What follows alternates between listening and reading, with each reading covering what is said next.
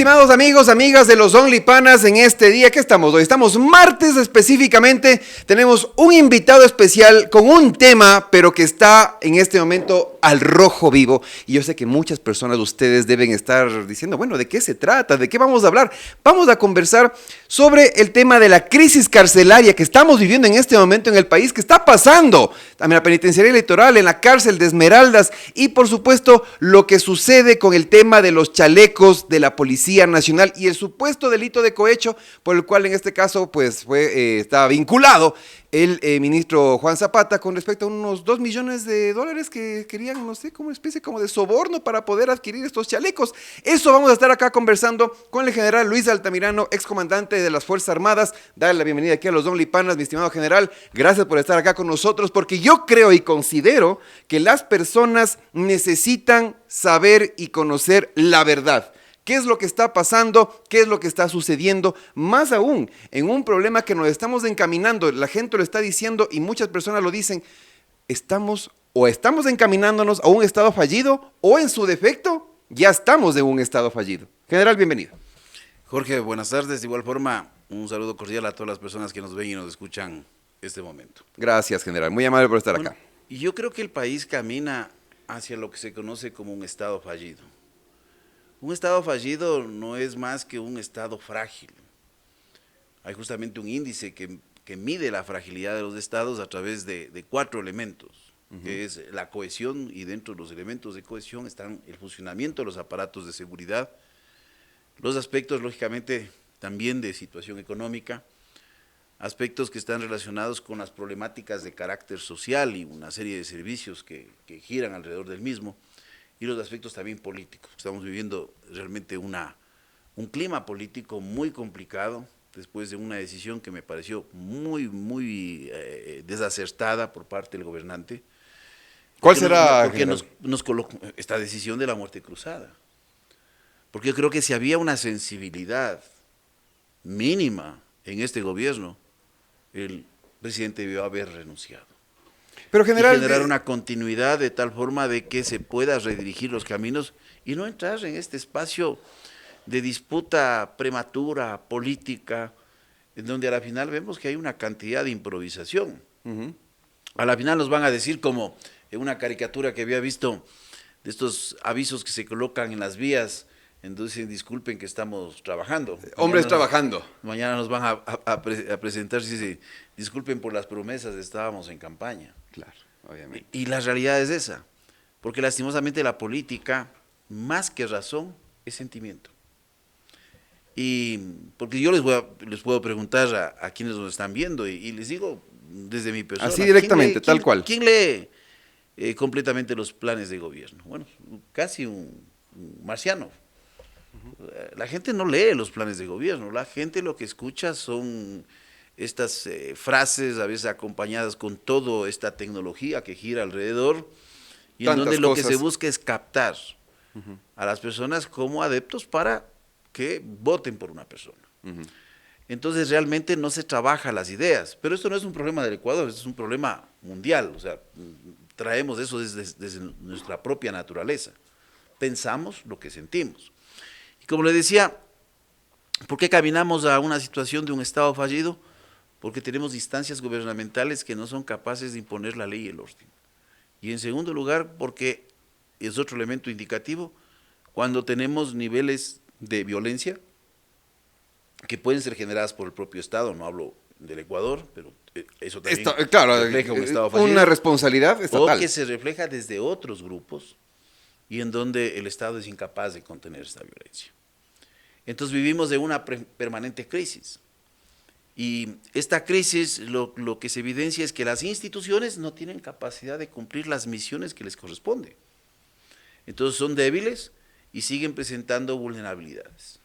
Y por otro lado, lo que normalmente se hace en crisis agudas, que es un error y lo que ha venido haciendo este gobierno, es comenzar a pensar que transfiriendo responsabilidades o buscando estas soluciones mágicas que ahora también aparecen en muchos candidatos, es lo que va a dar la solución. Lo grave es que de candidato puede decir lo que quiera. Ah, no, pues de candidato cualquiera nos baja el cielo y las estrellas, pues, general. Pasa. Así es, oiga. Pasa. Pero el problema es que cuando usted se sienta a gobernar, si no tiene estructura, si no tiene equipo, si no tiene visión hacia dónde va a llegar, realmente lo que puede pasar es que nos puedan llevar a un despeñadero. Y en es este hacia dónde caso, estamos yendo. a ver, topemos algunos puntos que me está diciendo en este momento el general que me llaman bastante la atención. El tema de la muerte cruzada. El presidente Guillermo Lasso daba a entender que la asamblea no le dejaba gobernar.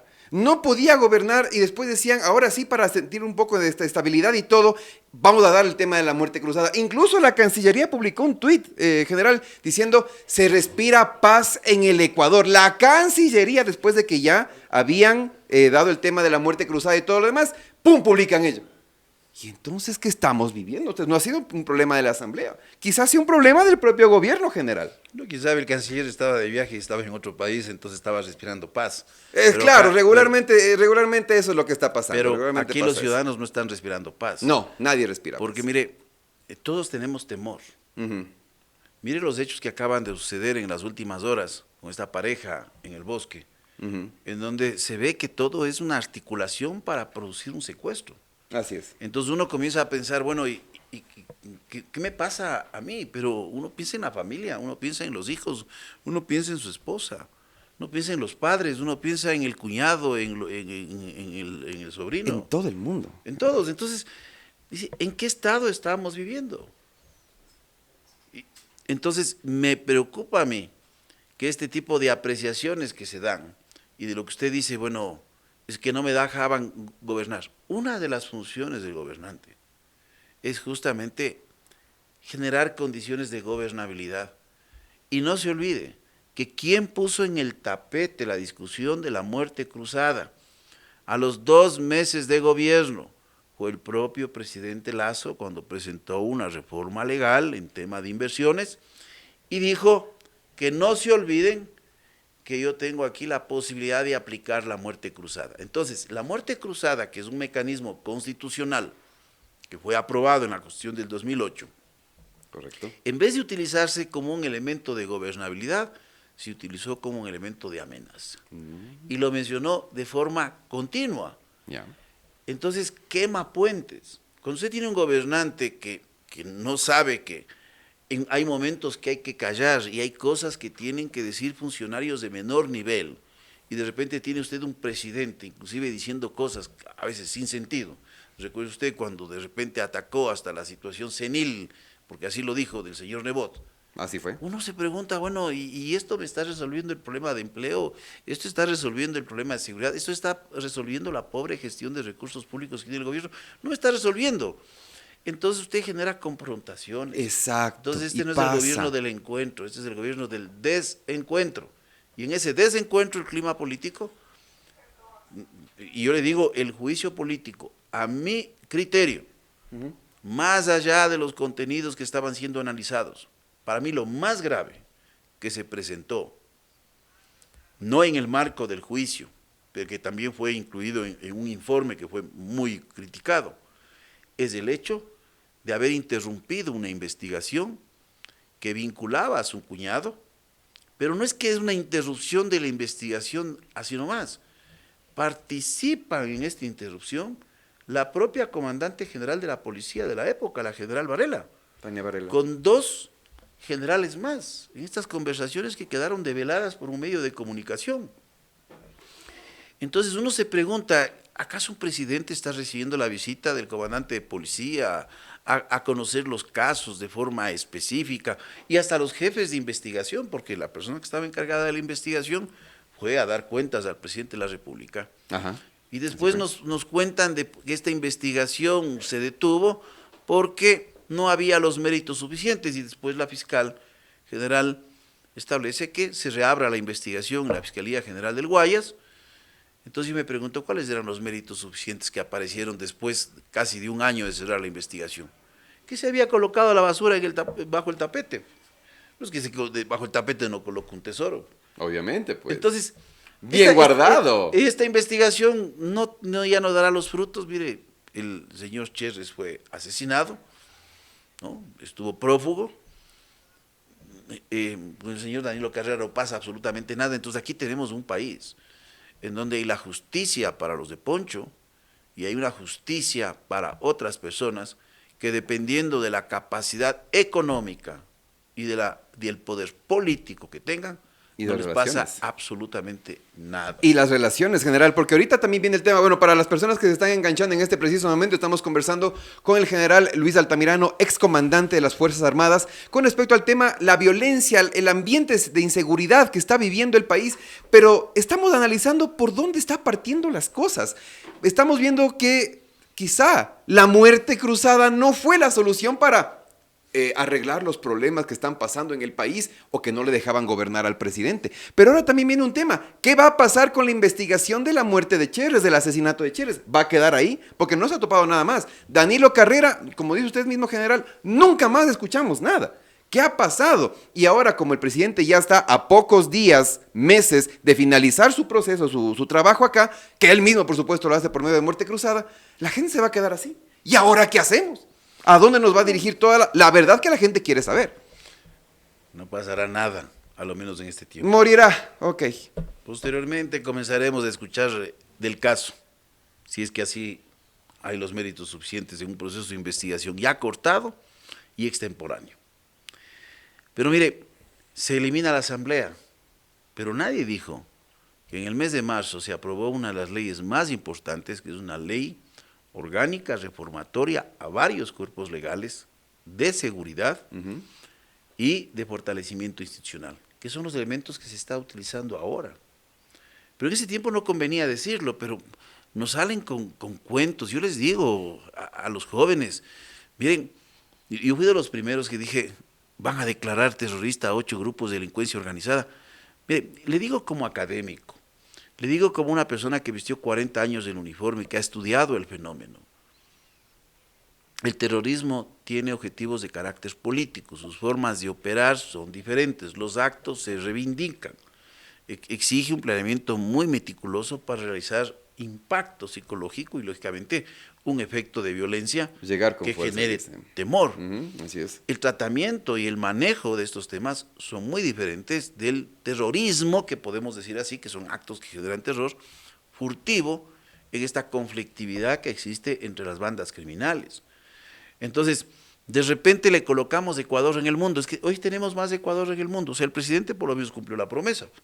Porque de repente cuando usted le dice, vamos a declarar 8 grupos de delincuencia organizada, yo vi en la televisión alemana DW, Ecuador declarará a 8 grupos delictivos como terroristas. Vi en el país de España, Ecuador declarará lo propio en la Joya de San Pablo y así. Entonces, En varios medios internacionales. y después, o sea, primero hay que pensar antes de hablar. Dicen que vamos a declarar el terrorismo como una... Cambió la situación, no. Y después sacan un decreto que no saben ni cómo ejecutar, que no tiene pies ni cabeza, que inclusive en el absurdo de lo que escribieron, en el artículo 3 colocan, bueno, por si acaso se les vaya la mano, preparemos unos colchoncitos para los militares. Tengamos un y backup. policía. Un backup. Entonces, mire, ese es el nivel de improvisación. O sea, este es un gobierno que no tiene una visión de largo plazo de cómo solucionar los problemas. Porque si yo le pregunto a algún funcionario de gobierno, ¿cuál es su visión del Ecuador en 5 años en términos del sistema carcelario? Porque mire, ¿cuáles son los buenos líderes? Y le digo a personas que hemos tenido la oportunidad de gestionar altos niveles. No son aquellos que proponen hacer las cosas solo para hoy, sino los que trazan el camino para que el día de mañana tengamos árboles frondosos y que otras generaciones disfruten de esa sombra, no nosotros. Entonces aquí tenemos personas de visiones de corto plazo. Y hoy tenemos 8 candidatos presidenciales, donde muchos de ellos nos ofrecen soluciones mágicas. No le voy a decir por quién voy a votar, estamos en una veeduría de seguridad y paz, estamos haciendo un análisis de los candidatos, pero le voy a decir una cosa que es importante.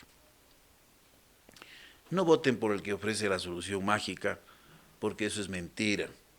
Es como el letrero que le decía, Pajaritos hombres en el trabajando, aire. ¿no es cierto? Hombres trabajando, y después, perdonen lo que se dijo, pero estábamos en campaña. Entonces, no hay soluciones mágicas. Tenemos que acostumbrarnos a vivir con ciertos niveles de violencia e ir tratando la violencia devolviendo la institucionalidad al Estado. Cuando yo le hablaba de la fragilidad, que es la expresión más académica en términos de lo que son los estados fallidos, se llama estados frágiles, hay que construir institucionalidad. Y no se construye institucionalidad, mire, con soluciones como, vamos a incrementar los guías penitenciarios de una cantidad de 1.600, de una institución que hoy tiene 2.900. ¿Sabe cuáles eran las discusiones que tenían hace cerca de 2 meses en el sistema de seguridad? El problema de los nuevos guías penitenciarios. Problema de formación, en términos de las competencias. Problemas de conducta, en términos de corrupción.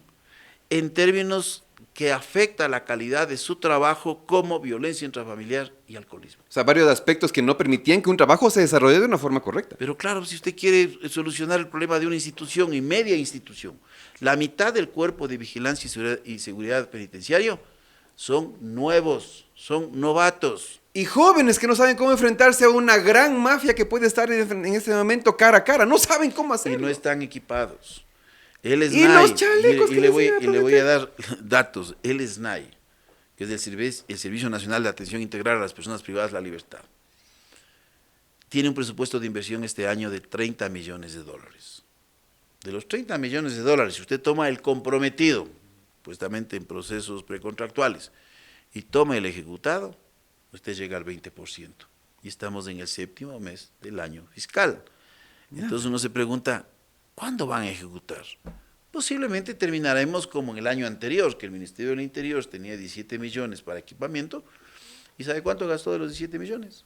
0. ¿Así fue? Y mire el proceso de los chalecos que usted hace mención. Son 2 procesos. El primer proceso se da el año anterior.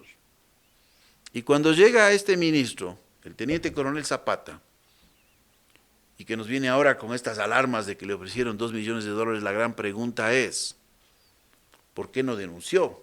Aquí hay un intento de cohecho.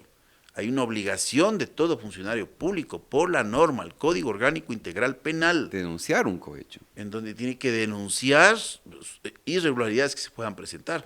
Pero eso no es todo, sino que él dice que hubieron cosas que no eran lo más adecuado en términos técnicos y ese proceso simplemente se cerró. Claro, 73 policías murieron el año anterior contra la lucha del crimen organizado y delincuencia. Y vamos a este año. Hemos actuado con premura. ¿Cuándo inició el proceso?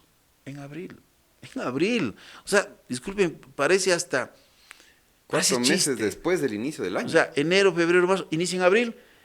Y un proceso con una serie de observaciones, porque lo que yo he pedido, conjuntamente con mi abogado patrocinador, el doctor Fernando Gándara, es que el CERCO, utilizando justamente la ley orgánica de acceso público de la información y transparencia, se nos entregue los documentos para conocer, en primer lugar, cuándo inició este proceso, quiénes estaban hecho cargo, por qué las comisiones fueron modificadas, por qué se permitió, y esto es porque hay información en la prensa, no es que lo digo yo, y hay las entrevistas que de igual forma se brindó tanto al Diario Expreso como a un medio digital, La Posta, y de igual forma posteriormente recogidos por Pichincha Universal, en donde se menciona el hecho de que la empresa ganadora es la que entregó su oferta un día después de que se haya cerrado el plazo, porque había un error en el correo, y esa empresa ganadora, ¿sabe dónde estuvo? En la mesa cuando las ofertas se hicieron públicas. Dijeron, pero ¿dónde está mi oferta? Por favor, entonces entregue mañana. Llama mucho la atención lo que usted nos comenta, general, ¿por qué el ministro Juan Zapata no ha realizado una denuncia formal? Estas personas, A, B, C, trataron de sobornarme. 2 millones de dólares. ¿Por qué no lo hizo el ministro Zapata? Y sobre todo también en los famosos TDR, los términos de referencia, que siempre se aplica para un proceso en compras públicas, que existen o no existen irregularidades en esos dichos TDR. En este caso, el ministro Zapata, ¿conocía a esas personas que le estaban diciendo de los 2 millones? ¿Conocía o no conocía, general? ¿Qué pasa? No creo que un ministro se siente a conversar con cualquier persona temas tan delicados sin saber con quién está hablando. Pero esas son las buenas preguntas que tiene que hacerle usted al teniente coronel Zapata. Y esas son las preguntas que en algún momento tendrá que responder. Porque aquí hay una cosa, hay una indolencia. O sea, aquí hay un sufrimiento. Hoy vemos familias que sufren. Mire el centro carcelario y lo que dijo el gobernador de Manabí, me caigo para atrás, ¿no? O sea, no podemos estar controlando como que si se trataran de niños las cárceles. El Estado tiene una responsabilidad en esos espacios. La cárcel no es un gallinero, no es que yo pongo ahí y doy de comer y es encierro. La cárcel tiene procesos. Aquí no hay procesos. Decimos que son universidades del crimen, no hay segmentación. Dios no quiera a cualquiera de nosotros que estamos aquí en este momento, de las personas que nos están escuchando, tengan el drama de ir a la cárcel, y ni siquiera ir a la cárcel porque hayan cometido un delito con la intención, porque no se olvide, el día saliendo de aquí, una impericia, o tomo el celular, que es una falta de responsabilidad, atropello a una persona. Estamos hablando de un homicidio culposo. Lo que pasó en Riobamba. ¿Dónde voy a ir? General. A la cárcel. Claro. Y el Estado tiene que garantizarme en esa pena retributiva que yo le doy a la sociedad de perder mi libertad un tiempo, que yo pueda volver a esa sociedad con la conciencia de la gravedad del daño que ocasioné, porque lo que dice es afectar la vida de una persona, pero de repente entro a un sistema en donde todo cuesta. Porque si usted no se alinea a uno de esos grupos, no tiene protección. Cuesta todo, la vida cuesta. Claro, es un pago mensual o semanal a veces que tienen que hacer las familias Es así. de las PPL. Entonces, ¿cómo es posible las cárceles bajo el control de quién están? Cada vez que hacen estos grandes operativos, hoy nos han mostrado cerca de 9, 10 fusiles de tipo Lanzagranadas. militar, con lanzagranadas. La pregunta es, ¿y cómo ingresan? Ingresan esos nuevos guías penitenciarios, ingresan los anteriores. ¿Cómo funcionan esas estructuras? Los filtros de control externo. Hay una penetración. Entonces, de aquí queremos hacer algo que eso es una frase ya trillada. Dice, solo un tonto piensa que haciendo lo mismo puede obtener resultados diferentes. El Ecuador necesita un cuerpo de investigaciones independiente de la Policía Nacional. Colombia lo tomó esta decisión en 1991 y formó este cuerpo de investigaciones de tal forma de que el delito, una vez que se cometa, pasa bajo responsabilidad de esta institución. Muy aparte de policía, Fuerzas Armadas, todo. Chile lo tiene, Policía de Investigaciones. Carabineros no investiga el delito. Si Carabineros, digamos, está en una persecución en caliente, o hay un enfrentamiento de carácter fortuito, que haya batido un policía o que haya batido un delincuente, quien entra es la Policía de Investigaciones. Porque no se olvide, el Estado también puede estar involucrado, o funcionarios del Estado pueden estar involucrados. Es un órgano independiente, entonces, desde la misma medicina legal, desde el mismo recolección de todos los elementos que se encuentran en la escena del crimen, totalmente independiente. Brasil, tuve la oportunidad de estudiar en Brasil 2 años. En Brasil, usted tiene los estados, como es un estado federal, aquí es otro diseño, pero los estados tienen su policía, que se llama policía militar, es una influencia portuguesa. Y quien realiza la investigación es la policía civil. Entonces no es la propia policía. Si estamos frente a una penetración, y alguien me decía ahora, venía de un programa, me dicen, no, es que más leyes, vamos a creer. Pero señor, si no atacamos estas causas que no se ven, que son estructurales, y seguimos pensando con visiones institucionales, de mi institución, mi policía, mis Fuerzas Armadas, lo mío, no, la solución tiene que ser integral. Es un pensamiento egoísta, general. Cambien el diseño. Pero mire, ¿recuerda usted cómo era la matriculación? Quizás usted es muy joven y las personas que me escuchan son jóvenes. La matriculación en el país y la obtención de la licencia lo manejaba la Policía Nacional. Sí, no, eso lo recuerdo perfectamente.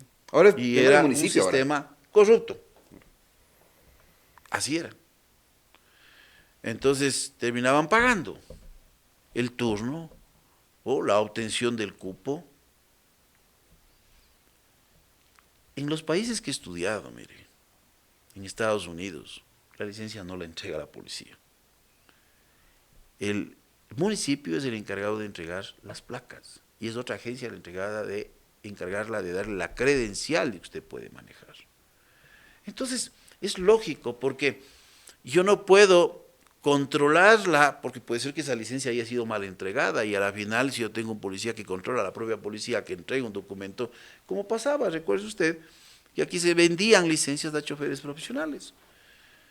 Entonces es lógico, o sea, compartimentar. Entonces el país con una facilidad, y les digo porque los jóvenes tienen que pensar, el Estado no tiene recursos infinitos. En algún momento se El va a recurso acabar. no tiene Así recursos de fácil. infinitos, el presupuesto del Estado tiene limitaciones. Su financiamiento es complicado. Yo he trabajado en el área financiera, en el área de gestión estratégica, no solo en el área operacional, en el área institucional de gestión. Hay que conocer al Estado, hay una cantidad de reglas, eso no es como gestionar la empresa privada. Mire, yo doy clases en la universidad a jóvenes en áreas de planificación estratégica, de administración de riesgos financieros, de estadística aplicada, todos estos elementos. Es fácil. Sentarse a gestionar En la práctica es otra cosa, es general. complicado. 40 años llevé en uniforme. Entonces, conozco las reglas, conozco lo que es la anticipación estratégica, es decir, yo no puedo como comandante, a lo menos yo llegué a ser comandante general del ejército, pensar de que la solución es mi año que voy a estar de comandante o mi año y medio que estuve casi de comandante, no. Yo lo que tengo que pensar es cómo dejamos el camino con los sistemas de planificación, los sistemas de transformación militar que están vigentes hacia futuro. Eso tiene que hacer un gobernante. Pero hoy nuevamente volvemos a la visión institucional. Entonces, migración a la policía. Tuve que hacer un viaje por una situación muy personal, retorné, eso fue en diciembre. ¿Quién me selló el pasaporte? Un teniente. No nos duele cuánto le pagamos a un teniente para que esté sellando pasaportes. Y hace un mes retorné por otra situación personal, de un fallecimiento, un ser querido de mi mamá, y me selló el pasaporte un sargento. Y yo les digo, ¿saben cuánto gasta el Estado por un sargento? Mensualmente cerca de $2,000, porque se están olvidando que no solo es el sueldo, son los fondos de reserva, es el 26% que se aporta al ISPOL y es la compensación anual que reciben en el Día de la Policía. Entonces, ¿quién debería estar ahí entonces? ¿Están siendo mal aprovechadas esas personas o deberían estar civiles allí? ¿Quiénes Tienen deberían que estar civiles, para eso había una responsabilidad en migración. No pensamos en conceptos de eficiencia en el Estado.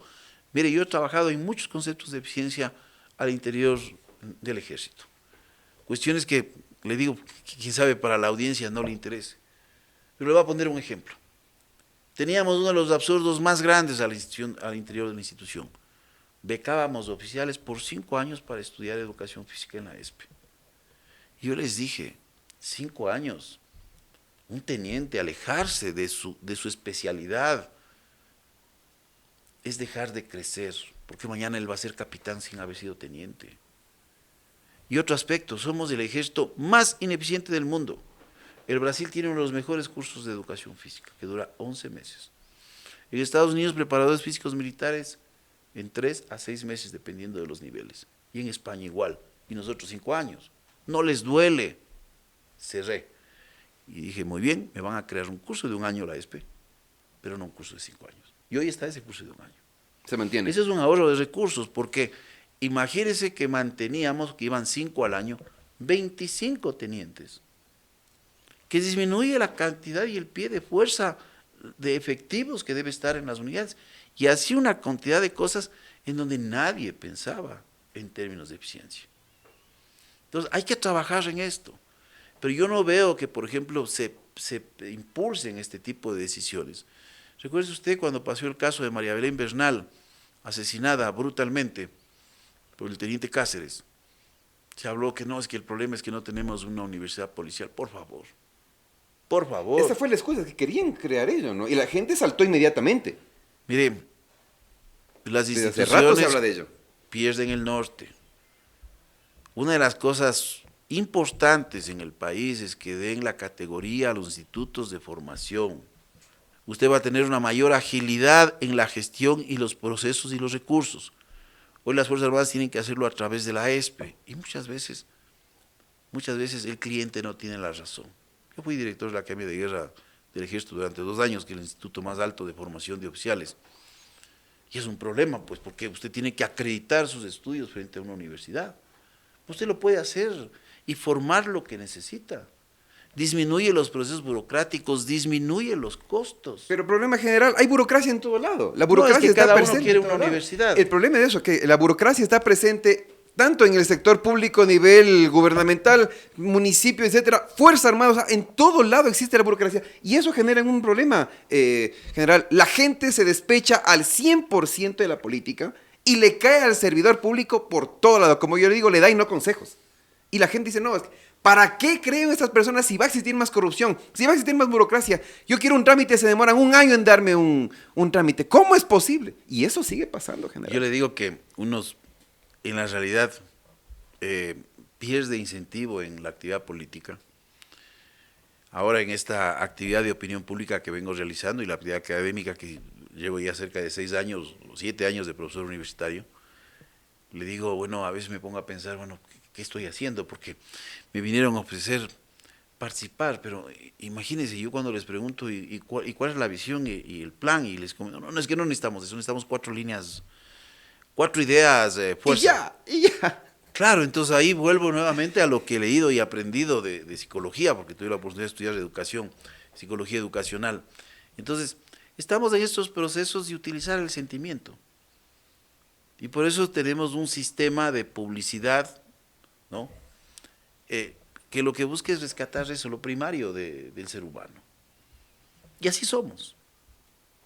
Como le dije, nadie de nosotros va a leer el plan de gobierno. Me toca a mí por lo que hago opinión, pero yo voy a hacer ese ser raro, medio marciano. Pero el resto no. Y nos dejamos llevar por estos eslogans, estos mensajes, ¿no? Cuando yo llegue, les voy a dar el plazo a los delincuentes para que entreguen las armas. O sea, por favor, o sea, cuando uno estudia el fenómeno de seguridad tantos años, los procesos de dejación de armas se hacen con entidades de carácter político armadas.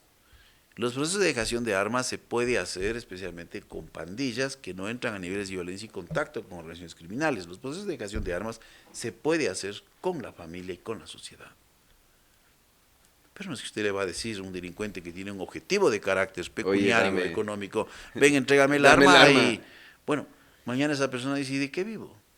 Aquí hay toda una articulación, no estamos entendiendo de que el Ecuador, a veces comparamos, ¿no? Tendemos a comparar, dice lo que pasó en México, no, lo que pasó en México es diferente, pero tenemos algunos elementos de enseñanza. El Ecuador tiene una fractura de organizaciones y tiene lo que se conoce como el fenómeno de la federalización, que es organizaciones mayores van capturando pequeñas organizaciones, ya sea por entrenamiento, por entrega de armamento, por los servicios que prestan. ¿Por qué cree que el sicariato está a la orden del día? Porque el sicariato es el sistema judicial del crimen organizado. Así funciona. Es un sistema judicial muy eficiente. Porque si usted y yo hacemos negocios, no somos de estas grandes estructuras, ya no existen los grandes carteles. Lean la historia de México para ver, hoy todavía ya no hay estos grandes carteles. Hoy México vive una atomización de grupos, lo que son nodos de red y articulaciones. Pero si tú me fallas, pues digo, muy bien, ¿sabes qué? Es que me tienes que... Y dice, dame un plazo. Y si no, te mando el sicario para que te asuste o mate a un familiar tuyo y después si no te hago justicia. Es un sistema rápido, ¿no? Inmediatamente te sigo el proceso. Sin mucho trámite, por así decirlo, general. Claro. Así funcionan, son mecanismos de intimidación. Lo propio es cuando a veces criticamos a los jueces, criticamos a los fiscales, en un sistema que no hemos entendido que muchos jueces y fiscales son sujetos a uno de los elementos transaccionales que se llaman el crimen organizado, que es la intimidación. Y el otro es la corrupción. Yo tengo 2 formas de convencerle a una persona. Te tengo este dinerito. Dice, no, es que yo no soy. Te intimido. Claro. Sé dónde vives. Vas a ver esposa, lo que va a pasar. Pensarás bien lo que va a pasar después del viernes. Entonces es complejo, es un fenómeno complejo. Esto no se resuelve blindando una frontera, como por ahí alguien dice. Es un problema complejo porque tiene varios eslabones. La prevención. Ya ve, dicen es que la prevención son más policías. No, eso no es prevención, eso es disuasión y control. Esto estoy dando fuerza. La prevención es prevención social, prevención comunitaria, prevención económica. Y la prevención, usted dice, pero mucha teoría, sí. Tenemos campañas de salud para el microtráfico. El problema del microtráfico no es un problema solo de violencia, es un problema de salud pública. Tenemos organizaciones barriales. No, ahí está la ley de barrios, que yo mismo fui uno de los impulsores para la presentación de la ley de barrios. Los alcaldes, que hoy está de vuelta la competencia de la seguridad ciudadana en las ciudades, por estas reformas que se hicieron en marzo y que al presidente no le interesó mencionar, porque claro, toda la culpa de la Asamblea, entonces todas estas reformas que se hicieron, que hoy se están aplicando, no había que mencionarlas. Pero los alcaldes tienen una enorme responsabilidad en la prevención. Mire, por ejemplo, ahí en los barrios, no sabemos ni quién vive a la derecha ni a la izquierda. Estas grandes urbanizaciones, como entregamos las llaves a un administrador, no sabemos quiénes viven alrededor. No hay ese concepto de solidaridad. Recordemos, mire, yo soy una persona que tiene 59 años. Yo viví la minga toda mi vida. La minga en el colegio, la minga en el barrio. Había un trabajo la ciudadano, minga para general. ayudar, para limpiar la cancha donde sabíamos jugar fútbol. La minga era la demostración que dos personas pueden hacer el trabajo de tres. Es el concepto que ahora uno dice técnicamente la sinergia. Así que la suma de las partes, algebraicamente me da un valor, pero la suma de las partes en conjunto me da un valor mucho mayor. O sea, 1 más 1 no es 2, sino 3. Eso es sinergia. Bueno, eso les digo a mis alumnos. Pero pensemos en la minga.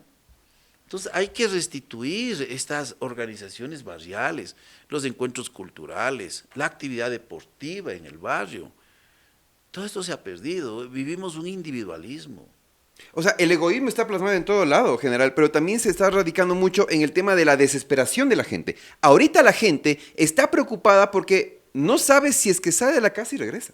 No sabe. Y se está dejando endulzar por palabras de ciertas personas que ya estuvieron en el poder, que no supieron resolver ciertas cosas, incluso en temas pandémicos, y que ahora están endulzando los oídos, porque a la gente le gusta que le endulcen los oídos de una manera increíble. Y la gente cae, y sigue un círculo vicioso.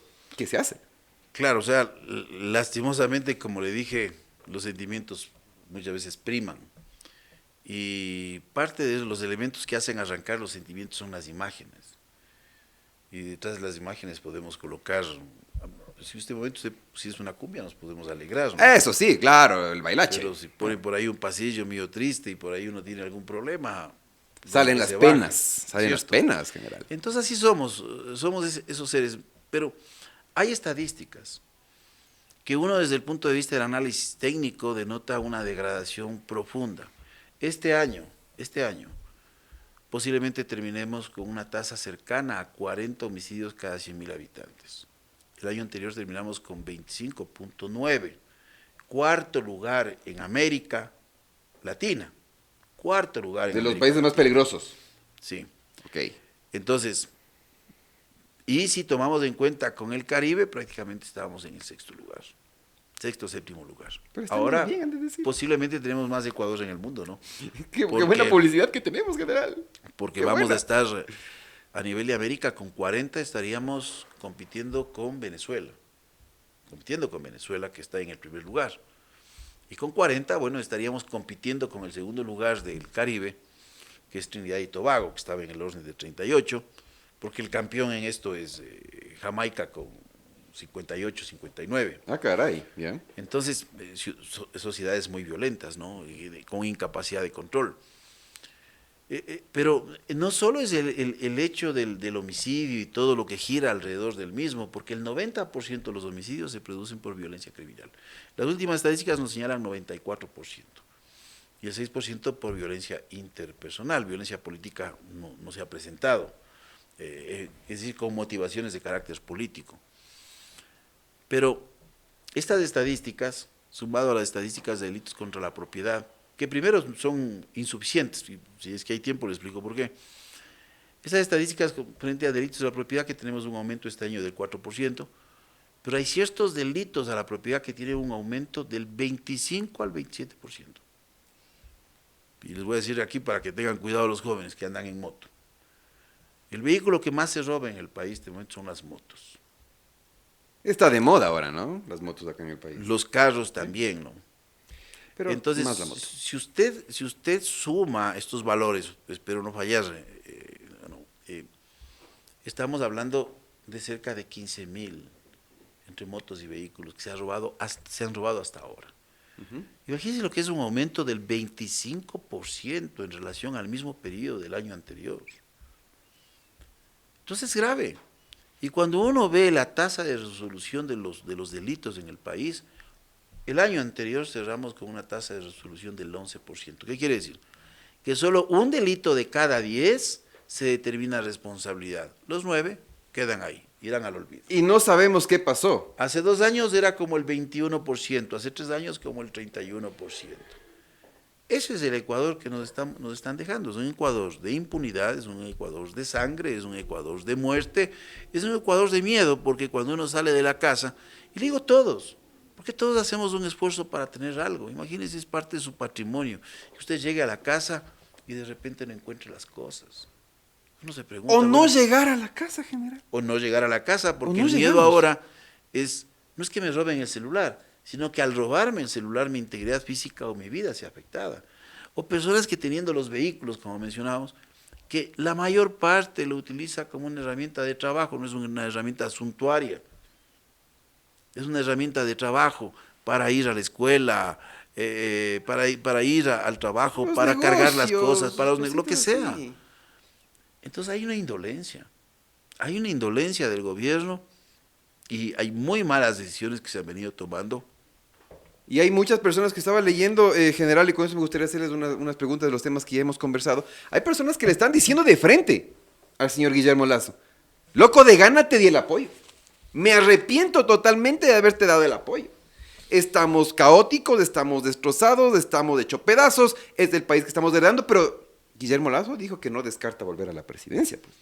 Eso fue lo que dijo recientemente en unas declaraciones. Bueno, Se sí, va, no avanzo, pero no descarto regresar. Entonces, está complicado y la gente está en un Es el gobierno despecho de la total. promesa, pues ya nos promete los chalecos durante tanto tiempo y bueno, ojalá lleguen antes que se termine este gobierno. O sea, es el gobierno de la promesa.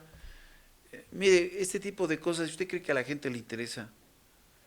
Si él estaba seguro que tenía un capital político y que tenía un plan de gobierno y que tenía aceptación, era que participe en esta contienda electoral. Pues sabían muy bien que Entonces no. ahora presentarse como el gran mártir de este proceso, porque él en la práctica, mire, El señor decreto ley. nadie se come el cuento.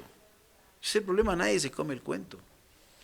Yo creo que hay algo importante, y le digo por el público que tú manejas, aquí hay algo importante. Los jóvenes tienen que enterarse de política y reflexionar en el voto.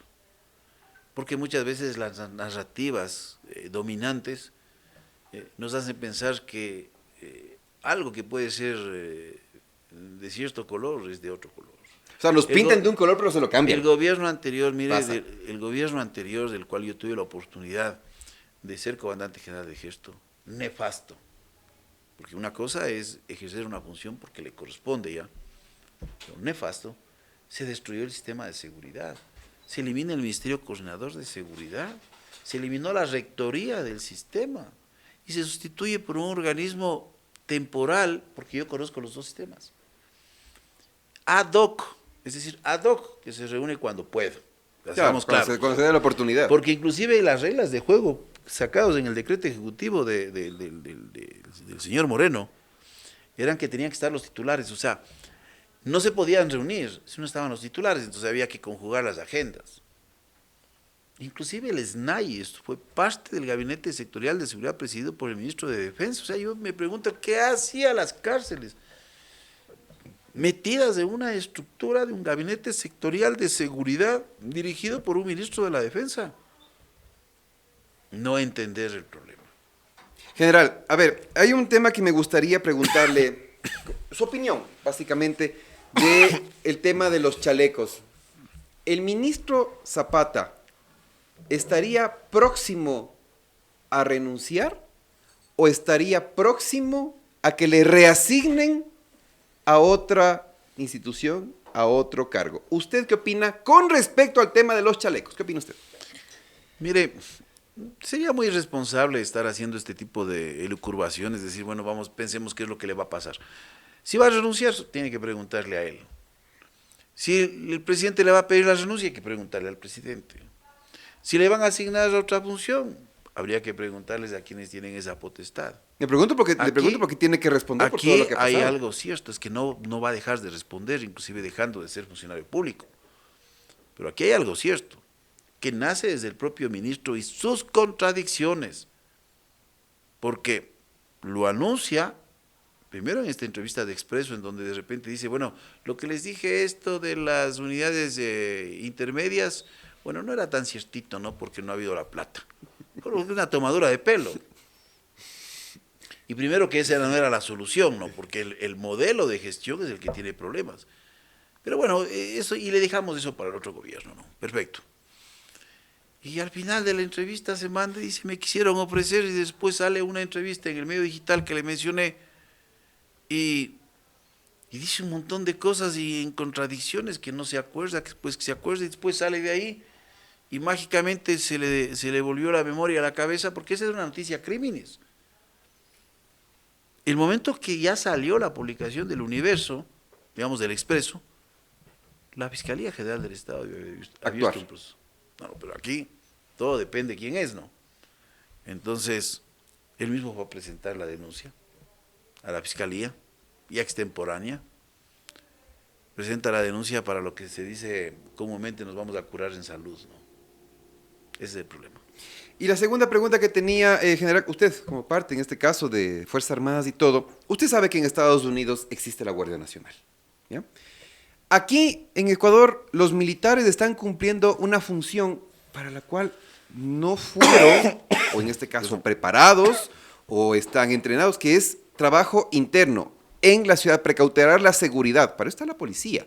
Pero muchas veces la policía no se abastece. Los militares tuvieron que ingresar por estado de excepción a las cárceles, por orden de Guillermo Lazo, para poder retomar el control de la penitenciaría del litoral. Pero es el trabajo no es de ellos.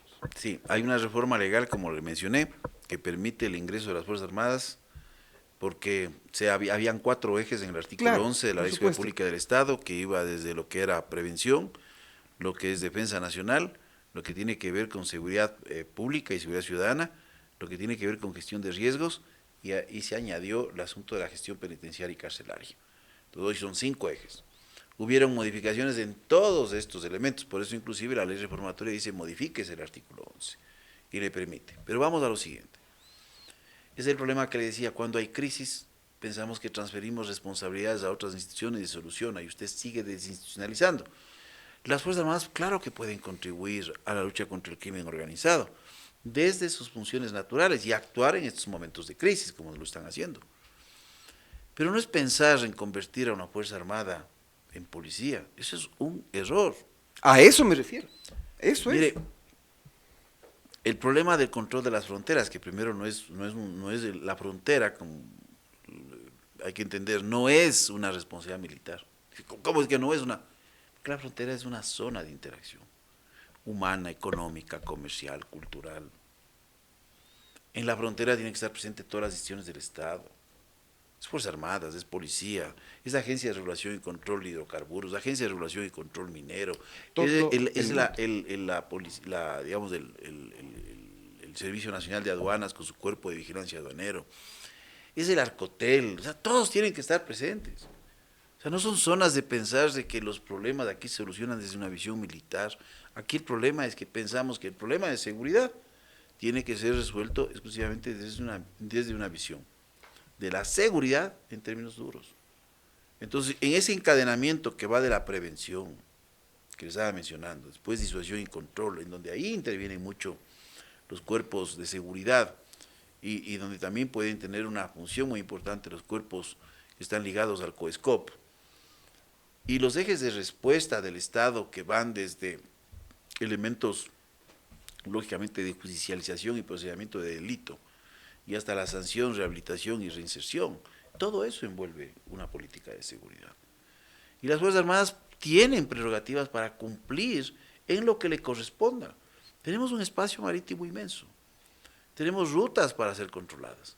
Tenemos debilidades y brechas en el control del espacio aéreo, porque mire, es el país desinstitucionalizado. Tenemos un radar que es afectado y hasta ahora no sabemos del responsable.